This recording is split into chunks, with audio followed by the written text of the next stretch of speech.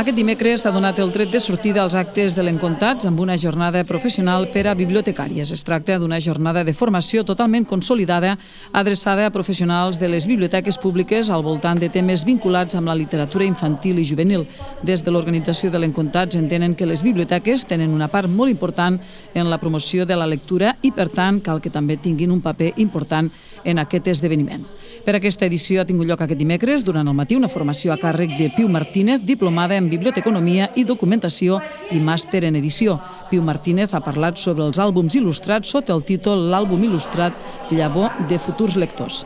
La directora de la Biblioteca, Margarida de Montferrat, Núria Arbós, ha explicat que aquesta jornada adreçada al col·lectiu de bibliotecàries s'ha fet sempre en el marc de l'Encontats perquè en ser una activitat organitzada des de la biblioteca s'ha d'intentar aportar algun contingut que pugui ser aplicat posteriorment en la feina diària de les biblioteques. Bé, en el marc de l'Encontats, ja des que vam començar cada any, hem fet una jornada adreçada al col·lectiu de bibliotecàries de la província de Lleida, perquè entenem que si és una activitat que s'organitza des de la biblioteca hi hem d'aportar alguna cosa més i sempre s'intenta donar alguna sessió així formativa per intentar aplicar després a la pràctica al nostre dia a dia el que ens puguin explicar. En aquesta ocasió tenim a la Piu Martínez, que és una especialista en àlbum il·lustrat, que ens parlarà precisament d'això, dels àlbums il·lustrats com a llavor de futurs lectors, perquè comencem des de petits amb la lectura i els àlbums il·lustrats ens donen molt joc en aquest sentit. Els assistents han pogut observar i analitzar una selecció de títols que els donen una perspectiva més àmplia de l'àlbum actual, així com dels futurs lectors.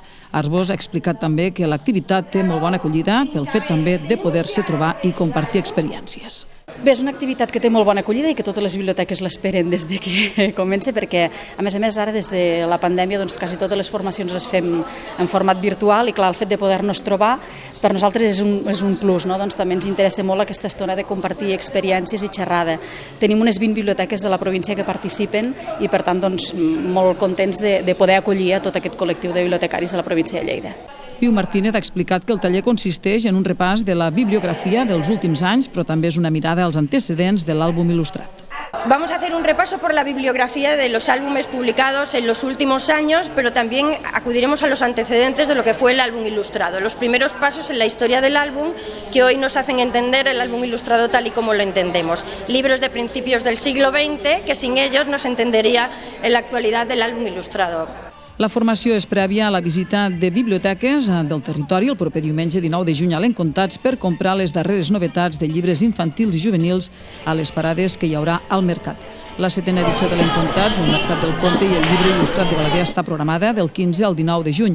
Com en la passada edició, els dies previs se celebra també la segona jornada professional d'il·lustració i disseny gràfic Ciutat de Balaguer. D'altra banda, Lola Cases, mestra i escriptora, serà la padrina de l'Encontats d'enguany, precisament per donar a conèixer la figura d'aquesta escriptora. El comerç de Balaguer se suma aquest any a l'Encontats. Ho fa aprofitant la vessant més poètica de Lola Cases, escrivint als vidres dels seus aparadors poemes d'aquesta escriptora.